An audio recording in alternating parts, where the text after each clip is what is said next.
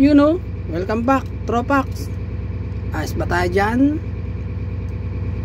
Sa pagpapatuloy ng Abubot EDC Survival Cart. Itong isa, stainless steel. Dito sa taas, ito blade yan, kutsilyo. May talim. Dito, ito flathead screwdriver, tapos ito ruler, tapos ito pambukas ng debote, tapos ito sa kabila pambukas ng dilata, abrelata. Kaya ito ang tawag dito sa pambukas ng debote, abre bote, diba? Tapos dito sa gilid may may ngipin, talim, lagari. Kasi itong mahabang butas na to sa mga butterfly nut, kasi ito sa tornilyo, ang luwag panghigpit. Kasi ito maliit na tornilyo, panluwag panghigpit. Tapos ito parang navigation position to, kasi may mga indicator Tapos yung butas na yun sa lanyard, pwede mo lagyan ng lanyard. Stainless steel.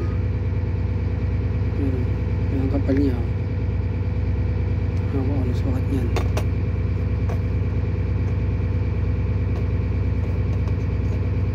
Ano ba yan? Tapos ito isa, stainless steel pero black coated siya. Ito ruler. Ito yung kanto, flathead screwdriver. Etong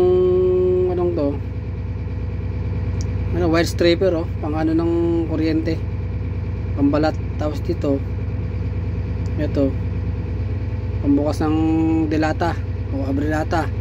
Ito naman pambukas ng debote, abribote. Ito meron din hex nut, tornilyo, hex nut, wrench.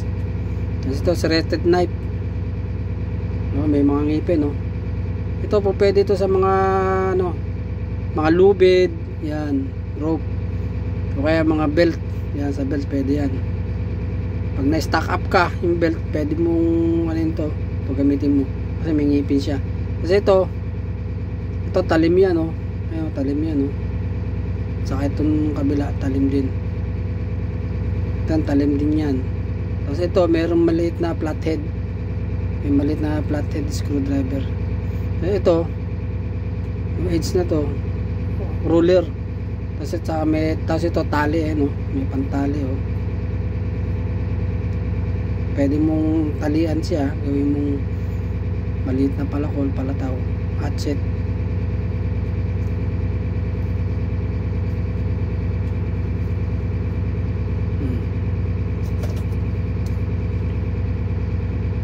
Having something is better than nothing. Mura, mababa halaga, pero gumagana.